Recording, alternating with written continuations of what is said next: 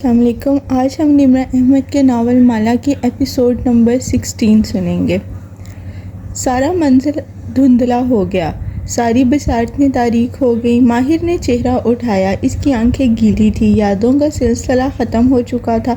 وہ اپنے باپ کی کرسی پر بیٹھا تھا، خاموش، ویران، اس کا سب کچھ ختم ہو گیا تھا جیسے۔ وقتاً دروازہ کھلا، بھاری بوٹس کے ساتھ اپنی طرف آنے کی آواز سنائی دی۔ ماہر نے نظریں اٹھائی، مالک اس کے میز کے سامنے آ کھڑا ہوا تھا، گرے سوٹ پہنے، کچری بالوں کو جلد سے سمیٹے وہ ہمیشہ کی طرح کمپوزڈ تھا۔ تم آفس کیوں آئے ہو؟ کچھ دن آرام کرو، وہ بے تاثر چہرے سے کہتے ہوئے سامنے والی کرسی پر بیٹھا، ٹانگ پہ ٹانگ جمائی۔ اس کا چہرہ اپنے بھائی کی بیماری سے جنازے تک ایسا ہی تھا، ربوٹ جیسا۔ آرام سے کیا غم کم ہو جائے گا؟ پھر اس نے سر جھٹکا، جیسے کچھ یاد آیا ہو۔ ابا نے بیربل کے ساتھ اچھا نہیں کیا مالک۔ میرے نزدیک اس نے بیربل کی بھلائی کے لیے فیصلہ کیا ہے۔ وہ بہت امپریسیبل اور ہے، جلد اثر لینے والا، پیسہ ضائع کرتا۔ تمہارے باپ نے بہت محنت سے یہ سب کچھ بنایا ہے، ہمیں انگلینڈ اور قطر میں سیٹل کروایا ہے۔ بیربل کو اس کا حصہ وہ ابھی دے دیتا تو وہ بہت جلد سب کچھ اڑا کے فارغ ہو چکا ہوتا، مگر اتنی سخت شرط؟ ماہر نے سامنے رکھا کاغذ اٹھایا اور دیکھا۔ بیربل کو اس کا فنڈ حصہ تب تک نہیں ملے گا جب تک وہ 30 برس کی عمر میں نہ پہنچ جائے اور اپنی ذاتی کمپنی کا مالک نہ بن جائے۔ تب تک اسے ہر ماہ کمپنی کی طرف سے ایک مختص کردہ جیب خرچ ملے گا، جس میں سالانہ 5% کا اضافہ کیا جائے گا۔ اس نے بد دلی سے کاغذ رکھا۔ بیربل کو کتنا برا لگا ہوگا۔ اسے جائیداد میں اپنا حصہ کمانا پڑے گا۔ ماہر، تم کسی کیڑے کو بھی اس وقت سے پہلے اپنے خول سے نکال دو تو وہ اپنی کمزوری کے باعث باہر کی دنیا میں سروائیو نہیں کر سکتا۔ بیربل پھر انسان ہے، تم اس پر ترس کھا کر اسے اس کے خول سے نکال لو گے تو وہ اڑنا کیسے سیکھے گا؟ انہوں نے ماں کو بھی حصہ دیا ہے۔ وہ ناخوش نظر آتا تھا۔ مجھے ڈر ہے کہ شمس کمپنی میں داخل ہونے کی کوشش کرے گا اور ہم اسے ایسا کرنے دیں گے؟ ناممکن۔ مالک کا لہجہ اٹل تھا۔ میں نے وکیل سے بات کر لی ہے، قاسم نے اس کا حصہ ایسے مختص کیا ہے کہ اسے گھر بیٹھے ایک رقم ملتی رہے گی، لیکن وہ اپنی کمپنی کے معاملات میں نہیں بول سکتی۔ قاسم نے یہ سب تمہیں تمہاری ماں کے ساتھ جوڑے رکھنے کے لیے کیا ہے۔ ماہر نے منہ میں کچھ بڑبڑا کے سر جھٹکا۔ وہ دروازہ کھول کے سگار کا پیکٹ نکالا۔ مالک نے ناپسندیدگی سے اس کو دیکھا۔ تم نے اپنے باپ سے کیا وعدہ کیوں توڑا ہے؟ کہا نا، یہ میری محبوبہ ہے اور میں اس سے وفادار ہوں، ہمارا ساتھ قبر تک ہے۔ آسودگی سے مسکرا کر اسے لبوں سے لگایا۔ مالک نے گہری سانس لی۔ جس وقت میں فیئر کے اس آفس میں ماہر اور مالک فرید کی وصیت پر غور کر رہے تھے، ان سے چند کلومیٹر دور ایک رہائشی علاقے میں بنے چھوٹے سے گھر کے بیڈ روم میں تناؤ کا سا ماحول تھا۔ رابیل بیڈ پہ عجیب اور افسردگی سے بیٹھی تھی، آنکھیں گیلی تھیں، سر بیڈ کراؤن کے ساتھ لگا ہوا تھا۔ وقت نے اسے بوڑھا اور کمزور کر دیا تھا، خوبصورتی کملا گئی تھی اور وہ ایک ویران سی تھی۔ اس کی آنکھیں ٹھہر سی گئیں۔ شمس سامنے کھڑا الماری سے نہ جانے کیا تلاش کر رہا تھا۔ وہ ایک ادھیڑ عمر آدمی تھا جس کی آنکھیں چھوٹی اور شاطر تھیں، سرمئی بال سرے سے اڑے ہوئے تھے اور پیشانی کی شکنیں اسے مزید ناپسندیدہ بنا رہی تھی۔ تلاش روک کے وہ پلٹا اور ایک طنزیہ نگاہ رابیل پر ڈالی۔ کب تک رو گی اپنے سابقہ شوہر کے لیے؟ رابیل نے آنکھیں بند کی۔ ایک آنسو اس کی آنکھ سے نکلا اور تھوڑی سے نیچے بہتا گیا۔ وہ ایک مہربان آدمی تھا شمس، میں نے اس کو بہت دکھ دیے ہیں۔ شمس نے زور سے مٹھی بھینچ لی، جیسے بہت ضبط سے خود کو روکا۔ وہ ایک خود غرض آدمی تھا، پلانر تھا۔ اس نے بیربل کو تم سے ملنے کی سزا دی اور اسے جائیداد سے بے دخل کر دیا اور اپنے ڈرگ ایڈکٹ بیٹے کو ہر شے کا نگران بنا دیا۔ ماہر ڈرگز نہیں لیتا، وہ صرف سگار پیتا ہے۔ اور جواباً دبا دبا سا چلائی، اوہ تمہیں کیا معلوم، تم سے تو میں وہ ملتا بھی نہیں ہے۔ الماری کا پٹ زوردار آواز سے بند کیا اور غصے سے بڑبڑاتا باہر نکل گیا۔ رابیل نم آنکھوں سے اسے جاتے دیکھتی رہی۔ شمس کا یہ انداز اس وقت سے تھا جب سے اسے وکیل کی کال آئی تھی۔ شمس گھر سے باہر نکلا اور کھلی فضا میں گہرے سانس لے کر خود کو پرسکون کرنا چاہا۔ پھر موبائل پر ایک نمبر ملاتے ہوئے وہ سڑک کے کنارے چلنے لگا۔ سرکار۔ سلسلہ ملتے ہی وہ بے بسی سے بولا جیسے کوئی بچہ فیل ہونے کے بعد استاد کے پاس پریشانی سے آتا ہے۔ کیسے ہو شمس میاں؟ ایک معنی خیز طنز میں ڈوبی آواز سنائی دی۔ شمس نے بے بسی سے سڑک کنارے بنے گھروں کی قطار کو دیکھا۔ خوش نہیں ہوں۔ اب بھی خوش نہیں ہو؟ سرکار کی آواز میں تعجب تھا۔ تمہارے لیے اتنا لمبا چلہ کاٹا ہے میں نے۔ آسان نہیں ہوتا ہنڈیا کا جادو کرنا، لیکن سرکار نے کر دکھایا نا۔ تمہارے رقیب کے خون میں جادو کا ایسا بٹھایا کہ اس امیر بڈھے کو سارا پیسہ اور بڑے بڑے ڈاکٹرز بھی اس کو بچا نہیں سکے۔ لیکن تم اب بھی خوش نہیں ہو۔ کیا فائدہ اس کے مرنے کا اگر میں کمپنی میں شراکت دار نہیں بن سکتا؟ وہ بے چینی سے بولا۔ بڈھا اپنی قانونی پیچیدگیاں چھوڑ کر گیا ہے کہ اس کا بیٹا اور بھائی مجھے کمپنی کے دروازے میں بھی داخل نہیں ہونے دیں گے۔ بے بسی اب غصے میں بدلنے لگی۔ ہر کام جادو سے نہیں ہوتا شمس میاں، کچھ اپنا بھی ذہن استعمال کرو۔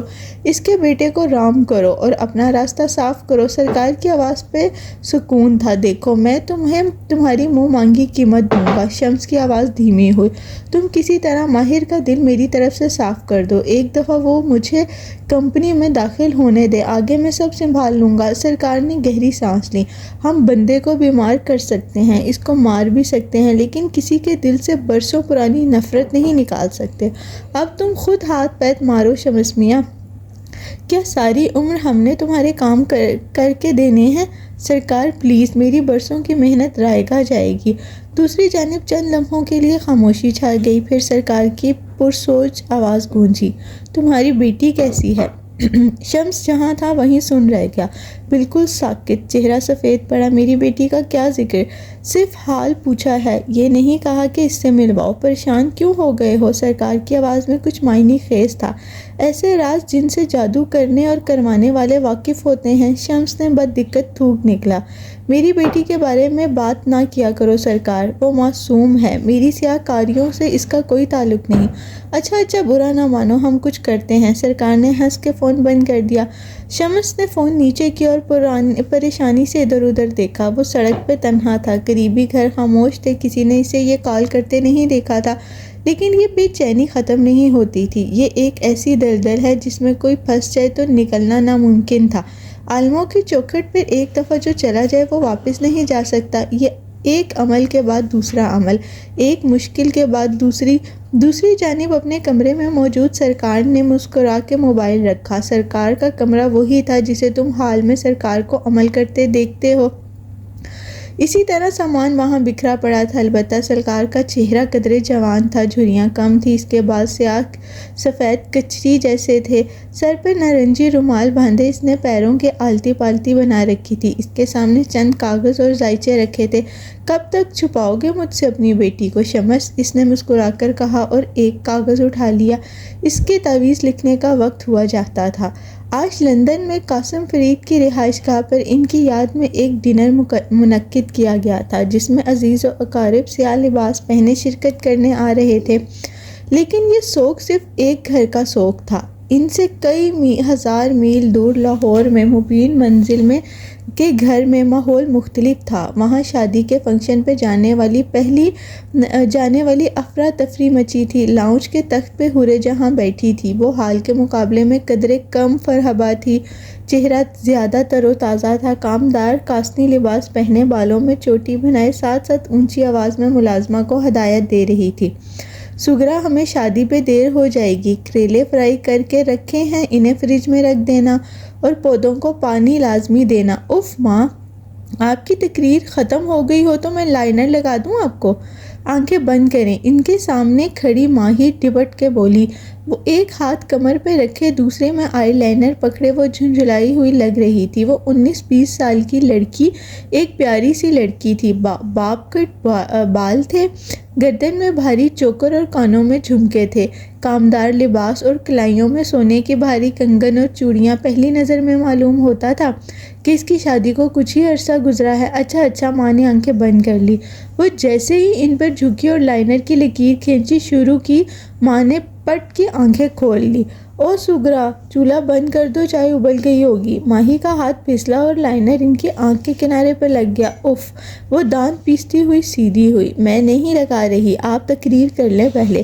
کھٹاک سے لائنر کا کیپ چڑھایا اور سامنے صوفے پہ بیٹھ کے خفکی سے سینے پہ بازو لپیٹ کے، اچھا میری بیٹی اب نہیں بولتی، واپس آؤ۔ انہوں نے پیار سے اسے پکارا، لیکن ماہی نے کہہ کے رخ موڑ لیا۔ اس کی ماں سے دن میں 3-4 لڑائیاں ہو جایا کرتی تھی۔ اچھا مالا کو دیکھ آؤ، کیا وہ آئے گی؟ ہاں، ماں کو اس کی ناراضگی کی پرواہ نہیں تھی۔ ماہی نے خفکی سے انہیں گھورا اور نہ چاہتے ہوئے اٹھی۔ مالا اپنے کمرے میں تھی اور وہ اب اس سے کوئی تیسری دفعہ پوچھنے جا رہی تھی، کیا وہ شادی میں شرکت کرے گی یا ہمیشہ کی طرح انکار کر دے گی؟ مالا اپنے کمرے میں ہی تھی، بیڈ پہ بہت سے کاغذات پھیلائے، لیپ ٹاپ 2 تکیوں کے اوپر رکھے وہ سوچ کر کچھ ٹائپ کر رہی تھی۔ وہ 22-23 برس کی خوبصورت لڑکی تھی۔ بال چھوٹے تھے، بددقت کندھوں پہ چھوتے تھے، آنکھیں حورِ جہاں جیسی سبز تھی اور وہاں اس کے دونوں رخساروں پہ بہت سے گلابی دانے نکلے تھے۔ اسے شدید ایکنی ہو رہی تھی۔ ماہی نے دھار سے دروازہ کھولا اور وہ چونکی، چہرہ موڑ کر اسے دیکھا۔ مالا، تم ہمارے ساتھ چل رہی ہو یا نہیں؟ میں نے کیا کرنا ہے شادی میں جا کے؟ تم لوگ جاؤ، مزے کرو، وہ اپنے ازلی ٹھنڈے انداز میں بولی اور اسکرین کی طرف متوجہ ہو گئی۔ ماہی نے ابرو سوچنے والے انداز میں اکٹھے کیے۔ وہ اس کے بیڈ کے قریب آئی اور کندھے کے اوپر سے لیپ ٹاپ کی اسکرین کو دیکھا۔ تم کیا کر رہی ہو؟ وہ میرا کلاس فیلو ہے نا ظہیر، اس نے مجھے اپنا بزنس پلان بھیجا ہے۔ مگر تم نے تو اس کے ساتھ کام کرنے سے انکار کر دیا تھا۔ ہاں بابا، میں نہیں کر رہی اس کے ساتھ کام، میں صرف اس کا پلان دیکھ رہی ہوں۔ اگر میں اس کھنڈر عمارت کی مالک ہوتی تو جیسے وہ ریسٹورنٹ میں تبدیل کرنا چاہتا میں کیا کرتی؟ وہ بیک گراؤنڈ سے ٹیک لگائے پین تھوڑی پہ رکھے کہہ رہی تھی۔ اس کی آنکھوں میں ایکسائٹمنٹ بھری چمک تھی۔ ماہی ہلکی سی مسکرائی۔ میں بتاتی ہوں کیا کرو۔ اس عمارت کو نئے سرے سے رینوویٹ کرو، ڈیکور کرو اور اس کا نقشہ ہی بدل دو۔ میں جس دن عباد کے ساتھ کینیڈا شفٹ ہوئی نا، میں نے اس کی بوسیدہ اپارٹمنٹ کو تبدیل کر دینا ہے۔ ماہی اور ماہی کا اپنا گھر سجانے کا خواب۔ میری بہن، صرف رینوویشن کرنے سے ریسٹورنٹ کامیاب نہیں ہو جاتے، ہر تبدیلی کی کوئی کہانی ہوتی ہے اور اگر نہ ہوئی تو کہانی بنانی پڑتی ہے۔ اچھا بزنس مین وہ ہوتا ہے جو اس کہانی کو بیچنے کا فن جانتا ہو۔ پھر اسکرین کو دیکھا۔ ایک آئیڈیا ہے میرے ذہن میں، لیکن تم اس ظہیر کو فری میں آئیڈیا نہیں دو گی۔ مجھے نا وہ بڑا 2 نمبر لگتا ہے ویسے۔ مالا نے مسکرا کر اسے دیکھا اور افسوس سے سر دائیں بائیں ہلایا۔ تم جا کے شادی کا زردہ کھاؤ، جاؤ۔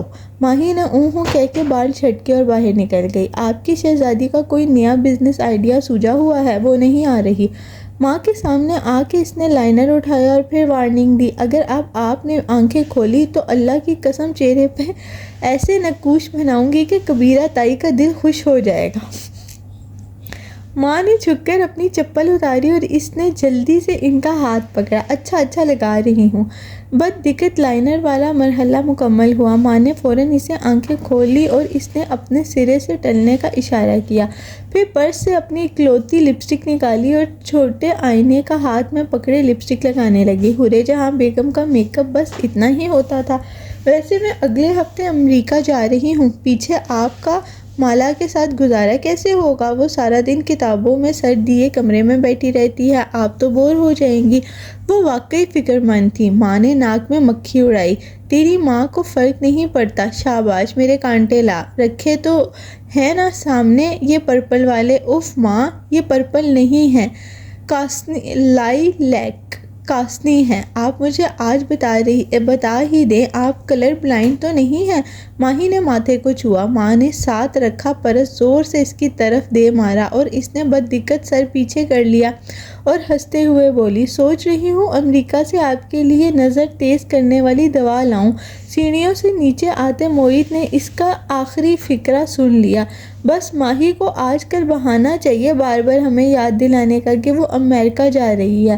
پینڈو چلے ہیں نیو یارک۔ اور اس بات پر مہبینہ مبین کے سر پہ لگی تلووں پہ بجھی۔ اب سسرال میں ایک شادی اٹینڈ کرنے جا رہی ہوں، پہلی بہو ہوں خاندان کی، سب میرے آگے پیچھے ہوں گے، ہاں جوتے لے کر۔ وہ ہنستا تو ماہی نے غصے سے اسے دیکھا۔ تم جیسوں کو میں نے امریکہ جا کے شاپنگ کے وقت بالکل یاد نہیں رکھنا۔ اوقات تو تمہاری $1 سٹور والی ہے، وہیں سے $2 کے شیمپو اٹھا لاؤ گے ہمارے سارے امریکی رشتہ داروں کی طرح۔ وہ اسے چڑھانے سے باز نہیں آ رہا تھا۔ اور تم کوئی ساری عمر کے لیے نہیں جا رہی، 2 ماہ کے لیے جا رہی ہو، واپس تمہیں ہمارے پاس ہی آنا ہے۔ پھر اس نے غور سے ماں بہن کی تیاری دیکھی۔ آج دونوں دلہنیں بن کر کہاں جا رہی ہیں؟ بخت بین کی بیٹی کی شادی ہے۔ چلو جی، غریب لوگوں کی شادی ہے، اتنا ڈریس اپ کیوں ہو رہی ہو جیسے؟ لیکن حورے جہاں اور ان کی بیٹی نے موہت کا فقرہ مکمل نہیں کرنے دیا۔ دونوں کے چہرے سرخ ہوئے اور آستینیں چڑھا لی گئیں۔ کوئی امیر یا غریب نہیں ہوتا، خوشی سب کی برابر ہوتی ہے، دل سے شرکت کرنی چاہیے، آئندہ یہ بات نہ کہنا۔ دونوں ایک ساتھ اس پر حملہ آور ہوئی۔ موہت نے جلدی سے ہاتھ سر پر دیے۔ اوہ ہو، میں تو ایسے ہی کہہ رہا تھا، جائیں فیشن شو میں، مجھے کیا؟ دونوں ماں بیٹی نے اوہ کہہ کر اسے گھورا اور واپس اپنی تیاریوں میں مگن ہو گئی، جیسے ابھی کسر رہ گئی تھی۔ تھوڑی دیر بعد باہر سے آتی آوازیں بند ہو گئی۔ ماہی اور ماں جا چکی تھی۔ مالا نے لیپ ٹاپ رکھا اور گردن دائیں بائیں اسٹریچ کیے جیسے تھک گئی ہو، پھر بستر سے اتری اور سلیپرز پیروں میں گھسیٹتے وہ سادہ لمبے کرتے اور جینز میں ملبوس تھی۔ گردن میں کسی دوسرے سوٹ کا دوپٹہ مفلر کی طرح ڈالا ہوا تھا۔ چہرہ میک اپ سے خالی تھا اور بال شاید صبح کے بعد برش نہیں کیے گئے تھے۔ پونی اٹھاتے ہوئے وہ باہر نکلی اور چھوٹے بالوں دوسرے ہاتھ میں اکٹھے کیے، پھر پونی ان میں کس کے لپیٹ دی۔ کچن میں آئی۔ سنک کے اوپر بنی کھڑکی سے باہر پودوں کی کٹنگ کرتی سغرا دکھائی دے رہی تھی۔ وہ وہیں کاؤنٹر کے ساتھ اونچے سٹول پر بیٹھ گئی، تھوڑی مٹھی پر جمائی اور باہر نظر آتے لہراتے پودوں کو دیکھنے لگی۔ ماں نے بھی کیا کیا شوق پال رکھے ہیں، سارے گھر کو پودوں سے بھر رکھا ہے، نہ جانے انہیں کیا ملتا ہے ان کو اتنا خیال رکھ کے۔ مالا کو تو ان سب میں فرق کرنا بھی نہیں آتا تھا۔ سبزے کو دیکھتے ہوئے اس نے لمحے بھر کے لیے آنکھیں بند کی۔ جیسے ہی بصارت اندھیر ہوئی، ذہن میں پردے پر بہت سے واقعات ابھرنے لگے۔ ابھی کچھ دن پہلے کی بات تھی، یونیورسٹی سے فارغ التحصیل ہوئے اس کے کلاس فیلوز کا گروپ لنچ میں اکٹھا تھا۔ سب کھانا ڈالنے کے لیے اٹھ کر بفے ٹیبل کی طرف جا رہے تھے۔ وہ بھی جانے کے لیے کھڑی ہوئی، لیکن ظہیر نے اسے روکا۔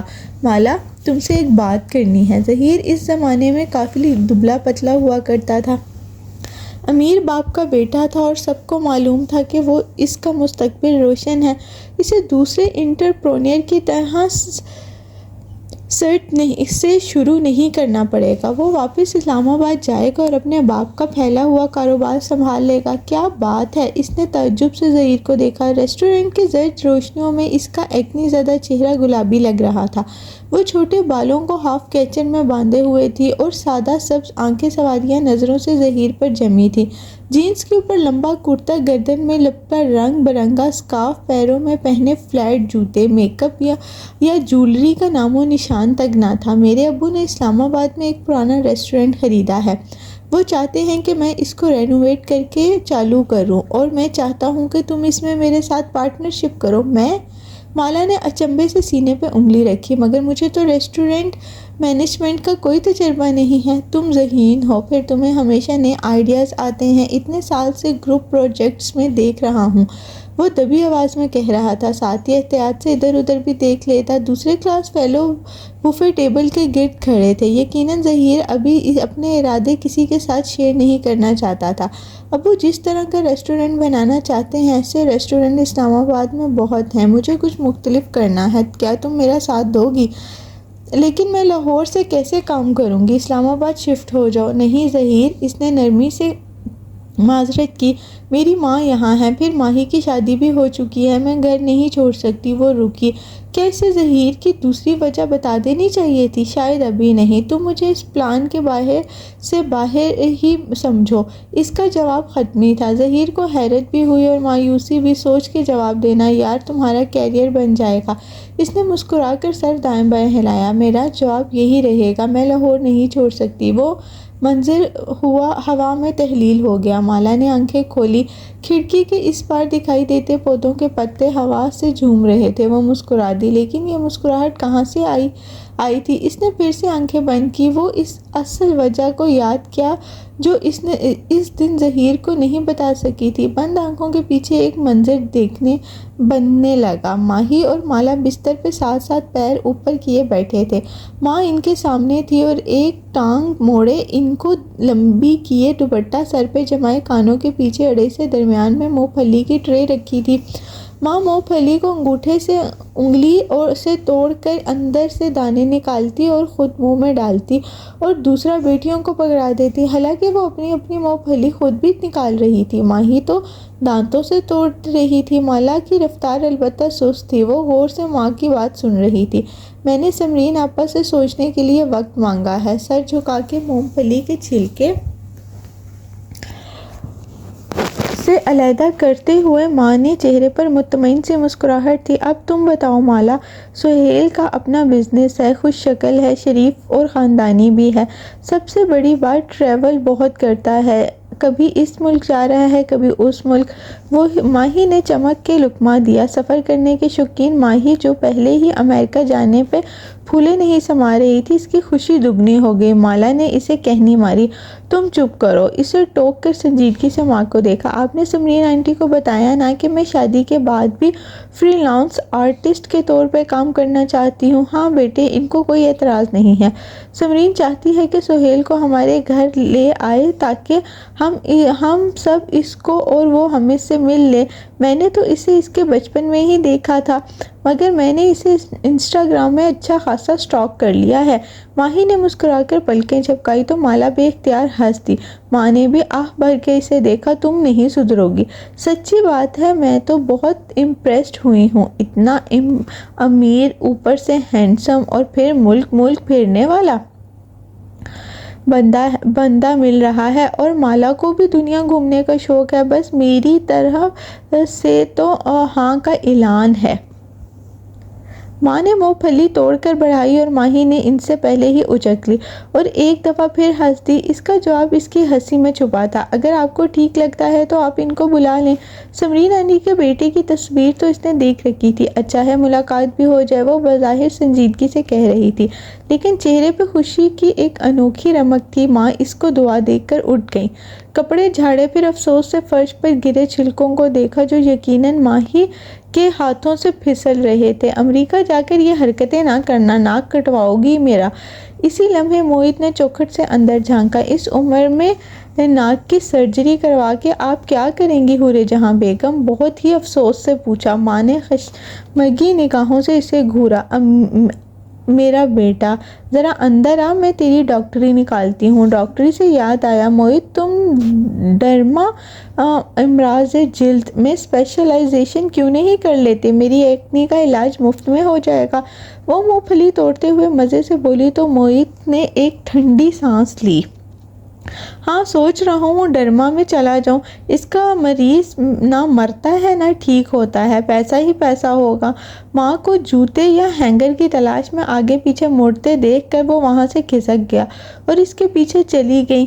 جیسے ہی دروازہ بند ہوا ماہی جھٹ سے اس کی طرف پلٹی۔ بہت سی مونگ پھلی اچھل کے لحاف سے گری۔ اف مالا، وہ اتنا شاندار بندہ ہے، تم تو ابھی سے تمہاری شادی کے لیے ایکسائٹڈ ہو رہی ہوں۔ وہ جواباً دھیرے سے ہنس دی۔ تھوڑا سا ایکسائٹڈ تو میں بھی ہوں، ہے نا؟ دیکھو کتنا اچھا ہو گیا ہے، ادھر تم نے پڑھائی مکمل کی، ادھر اتنا اچھا رشتہ مل گیا، اور سب سے بڑی بات یہ ہے وہ ٹریول کا شوقین ہے۔ وہ دونوں اس بات پر ایک ساتھ ہنس دی۔ پھر مالا نے چہرہ موڑا تو سامنے رکھی سنگار میز کے آئینے میں اپنا عکس دیکھا۔ بس اب میں اس ایکنی کے باقاعدہ علاج کراؤں گی۔ گردن دائیں بائیں گھما کر اپنے گال دیکھے۔ موہت درست کہتا ہے، ڈرما کے مریض کے چکر ہر ماہ لگتے ہیں اور ماں ہر ماہ ایک بڑی رقم اس کے علاج کے لیے نہیں نکال سکتی، شاید نکال بھی لیتی اگر وہ اصرار کرتی، مگر وہ ماں پر کبھی بوجھ نہیں ڈالتی تھی۔ البتہ اب شادی ہونی تھی تو لازماً یہ کرنا تھا، جہیز کے دوسرے خرچوں میں ان کا خرچہ بھی نکل آئے گا۔ اس نے آنکھیں کھولی، وہ ابھی تک کچن کاؤنٹر پہ بیٹھی تھی اور سامنے کھڑکی کے اس پار ملازمہ پودوں کو پانی دیتی دکھائی دے رہی تھی۔ وہ مسکرا دی۔ دوسری بہت سی لڑکیوں کی طرح کشمالہ نے بھی اپنے بہت سے خواب اور ناتمام حسرتیں شادی کے لیے بچا رکھی تھی۔ شادی ہوگی تو یہ کروں گی، کیونکہ شادی خوشی کا دوسرا نام ہے، اور وہ بھی واقعی خوش تھی۔ یہ ایک کچا سا مکان تھا جس کے کمرے میں ایک قطار سے بنے تھے، صحن میں کناتیں لگی تھی، ایک کونے میں تختے رکھ کے اسٹیج بنایا گیا تھا جس پر بھڑکیلے نارنجی اور سرخ لباس والی دلہن پیلے سونے کے زیور پہنے بیٹھی تھی۔ دوسرے کونے میں ایک موڑھے پر بیٹھی دبنگ سی عورت دیگ میں جھکی چھوٹی پلیٹ سے چاول نکال نکال کے ڈشز میں ڈال رہی تھی۔ اس کی شلوار پہ گھٹنے کے قریب دیکھ کے کالک لگ چکی تھی، لیکن وہ اس سے بے نیاز تھی، بس کھانا پورا ہو جائے۔ جیسے ہی وہ ایک ڈش بھرتی، ساتھ کھڑی کوئی لڑکی اسے اچکتی اور بھاگ کر مہمانوں کے سامنے جا کے رکھ دیتی۔ یہ ایک سادہ سی شادی کا منظر تھا۔ صحن میں چارپائیاں بھی تھیں اور ٹینٹ سروس کی سرخ کرسیاں بھی۔ شادی میں شریک تقریباً سبھی عورتیں ایک جیسی تھیں، چمچم کرتا لباس، گہری لپسٹک، لائنر، پیلا زیور، سوائے حورِ جہاں اور ماہی کے۔ وہی دونوں اپنے کامدار لباس اور سٹائل کی وجہ سے ان سے ممتاز لگ رہی تھیں۔ حورِ جہاں بیگم ایک چارپائی پہ بیٹھی تھی، ایک ٹانگ موڑے، ایک سیدھی لمبی کیے۔ بخت بھی نے بہت کہا کہ وہ ان کے لیے ہمسایوں کے گھر سے کے بہو کے جہیز کا صوفہ منگوا دیتی ہیں، لیکن حورِ جہاں نے سختی سے منع کر دیا۔ بس کرو بختے، ساری عمر چار سدہ پہ ہم چارپائیوں پہ ہی بیٹھتے ہیں، اس میں کیا ہے، اور آرام سے اس پہ تکیے کا سہارا لے کر بیٹھ گئی۔ ماہی بھی ساتھ ٹک گئے۔ یہ بخت بھی کی تیسری بیٹی کی شادی تھی اور ماہی نے ان کی ہر شادی میں شرکت کی تھی، اس لیے وہ سب کو جانتی تھی، سب رشتہ دار انہی کے گرد جمع تھے۔ تم بخت بھی کی بھانجی ہو نا زلیخا؟ ماہی ایک ایک کا نام سے پکار کر پوچھ رہی تھی۔ اور یہ چھوٹی کوثر کتنی بڑی ہو گئی ہے؟ اوئے تم اسکول جاتی ہو یا سارا دن گھر میں اپنی ماں کا سر کھاتی رہتی ہو؟ آنکھیں نکال کر اسے گھورا۔ سب نے کہکا لگایا۔ اور تم بڑا وزن کم کیا ہے تم نے سکینہ، لگتا ہے تمہارے حصے کا کھانا تمہاری ساس کھا جاتی ہے۔ ماہی نے شرارتی آنکھوں سے دیگ میں کھانا ڈالتی عورت کی طرف اشارہ کیا تو ساری لڑکیاں کھلکھلا کر ہنس دی۔ ماں نے اس کو چٹکی کاٹی۔ بری بات، کسی کا وزن کا مذاق نہیں اڑاتے۔ اچھا، آپ کے وزن کا اڑا سکتے ہیں؟ ماہی نے پلکیں جھپکائیں۔ ماں اوں ہوں کر کے بخت بھی کی طرف متوجہ ہو گئی۔ لڑکا کماتا بھی ہے یا ایسے ہی رشتہ کر دیا بختو؟ نہیں کماتا ہے، اپنی موبائلوں کی دکان ہے۔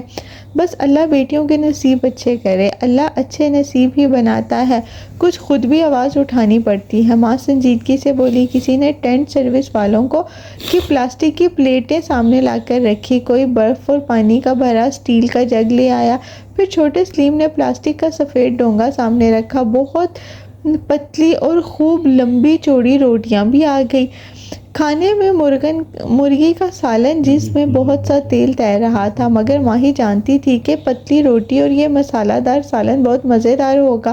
تمہاری بڑی بیٹی نہیں نظر آ رہی؟ ماں نے غور سے اطراف میں دیکھ کر سوال کیا۔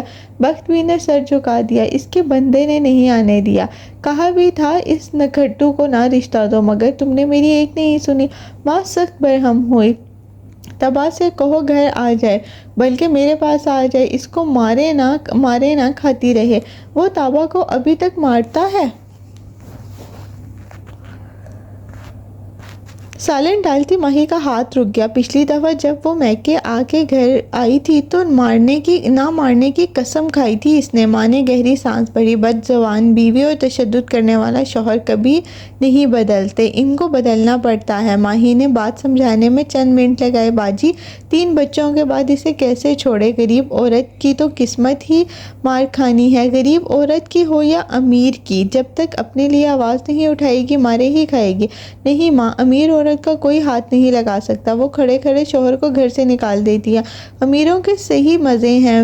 پھر ساتھ بیٹھی لڑکیوں کو دیکھ کر تبصرہ کیا۔ اسی لیے مجھے امیر لوگ زہر لگتے ہیں۔ لڑکیاں پھر سے کھلکھلا دیں۔ پھر خود بھی تو امیر ہو باجی، وہ بہت وہ سب بہت ستائش سے اسے دیکھ رہی تھی۔ دانت نہ نکالو میرے لیے، میں امیر ہوں، مجھ سے پوچھو۔ اس نے آ بھری، میرے شوہر نے میرے لیے امریکہ کا ٹکٹ بھیجا ہے، لیکن اکانومی کلاس، یعنی الفاظ تلاش کے سب سے سستی سیٹ کا ٹکٹ بھیجا ہے۔ 3 جہاز بدل کر امریکہ پہنچوں گی پیسے بچانے کے لیے۔ اتنا نہیں ہوا کہ اس سے ایک مہنگی سیٹ کی ٹکٹ بھیج دے۔ اسے وہی کلک کب سے کھائے جا رہا تھا، کنجوس بات۔ اس کا تیسرا مہینہ چل رہا تھا۔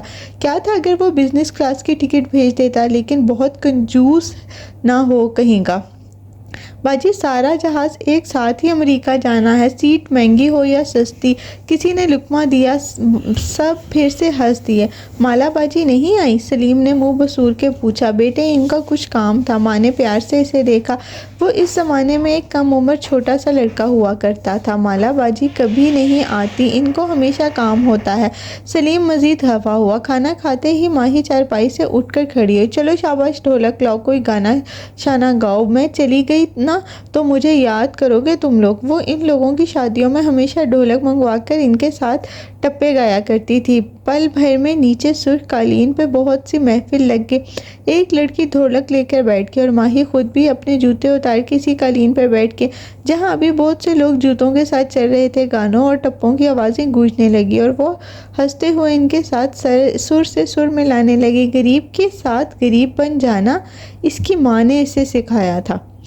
قاسم فرید کے گھر کے لیونگ روم میں شام موم بتیوں اور فانوسوں کی زرد روشنیوں میں روشن تھا۔ باوردی ملازم آگے پیچھے پھرتے سرو کر رہے تھے۔ سیاہ لباس میں موجود بہت سے مرد اور خواتین باری باری اندر آ رہے تھے۔ وہ دونوں بھائی دروازے پر کھڑے تھے۔ بیربل گھنگریالے بالوں میں پونی بنائے سر جھکائے افسردہ سا کھڑا تھا، آنے والوں کو بس سر کے اس بات سے جواب دیتا۔ اس کے ساتھ کھڑے ماہر کا چہرہ بے تاثر تھا۔ سفید شرٹ پہ کے سیاہ 3 پیس پہنے، فرنٹ پاکٹ میں ننھا سفید گلاب لگائے، بال جلد سے سمیٹے، وہ کسی روبوٹ کی طرح کھڑا تھا۔ وہ تعزیت کرنے والوں کو محض سر کے خم سے جواب دیتا۔ مالک البتہ جھک کر سب کے مضافہ کرتا اور ان کا شکریہ ادا کرتا۔ وہ انہیں ہاتھ کے اشارے سے اندر کی طرف جانے کا اشارہ کرتا۔ مہمان دروازے پہ کھڑے گھر کے 3 مردوں سے مل کر اندر چلے جاتے۔ جہاں زائرینہ ان کا استقبال کرتی، وہ سیاہ اسکرٹ بلاؤز میں ملبوس تھی، بال سیاہ جالی دار اسکارف میں بندھے تھے۔ اس کا سیاہ سٹائلز کی ٹھک ٹھک ہیلز کی ٹھک ٹھک مہمانوں کی سرگوشیوں سے بلند تھی۔ وہ ملازمین کو ہدایت دیتے ہوئے تمام انتظامات سنبھالے ہوئے تھی۔ اس کی دونوں بڑی بہنیں بھی اپنے شوہروں کے ساتھ موجود تھیں۔ ماہر فون پر کچھ دیکھ رہا تھا۔ جب مالک کے قریب ہو کر سرگوشی کی، ماہر کوئی تماشا مت کرنا۔ ماہر چونکا، نہ سمجھی سے اسے دیکھا اور پھر سامنے۔ ایک دم جسم کے سارے اعصاب تن گئے۔ موبائل والا ہاتھ پہلو میں جا گرا۔ سامنے سے وہ تینوں چلے آ رہے تھے۔ شمس، رابیل کی انگلی تھامے ایک چھوٹی سی بچی، جس نے سر پر سیاہ ہیٹ ترچھا کر کے رکھا ہوا تھا۔ ماہر پلیز اپنا غصہ کنٹرول کرنا، اپنے باپ کی بے عزتی مت کرانا، آج نہیں۔ مالک نے دبی دبی سی سرگوشی کی۔ وہ بند ہونٹوں سے سانس لیتا، گھورتی نظروں سے ان تینوں کو دیکھتا رہا۔ بچی سر جھکائے ہوئے تھی، ہیٹ کے باعث وہ اس کا چہرہ نہیں دیکھ سکتا تھا، نہ وہ دیکھنا چاہتا تھا۔ اس نے کن اکھیوں سے دیکھا۔ بیربل کا چہرہ کھل اٹھا تھا۔ وہ تیزی سے ان کے قریب گیا، رک کے شمس سے ہاتھ ملایا۔ شمس اس سے افسوس کرنے لگا، پھر وہ اپنی ماں سے گلے لگا۔ رابیل سیاہ لباس پہنے ہوئے تھی، سر پہ سیاہ سلک سکارف تھا، کانوں میں ننھے ہیرے تھے۔ بیربل نے گلے ملتے ہوئے ان کی آنکھیں بند کر لی۔ آنسو آنکھوں سے ٹپک کے گرتے بیربل کے کندھے میں جذب ہونے لگے۔ ماہر فرید کو ان آنسوؤں سے اب فرق نہیں پڑتا تھا۔ وہ بیربل کو دیکھ رہا تھا۔ وہ ماں سے مل کے اب اس بچی کے قدموں میں جھکا بیٹھا تھا، اسے گلے سے لگا کے پیار کر رہا تھا، بس وہ اس سے زیادہ نہیں دے سکتا تھا۔ بہت سے جذبات ابل کر اندر سے باہر آنے کو بے تاب تھے۔ اس سے پہلے کہ اس کا ہاتھ کسی پہ اٹھ جائے، وہ تیزی سے پلٹا۔ وہ سیڑھیوں کی طرف بڑھ گیا۔ بہت سی گردیں اس کی طرف مڑی، کسی نے آوازیں بھی دی، لیکن وہ زینے پھلانگتا اوپر چلا گیا۔ اوپر خاموشی تھی۔ بالائی منزل کا لیونگ روم ماہر کے زیر استعمال رہتا تھا۔ کھڑکی کے سامنے 2 سیاہ ونگ چیئر ایسی ہی رکھی تھی، ان کا رخ باہر کی جانب تھا۔ وہ ان کے درمیان میں آ کر ایک کھڑا ہوا اور کھڑکی کا پٹ کھول دیا۔ ٹھنڈی ہوا تیزی سے اندر آئی۔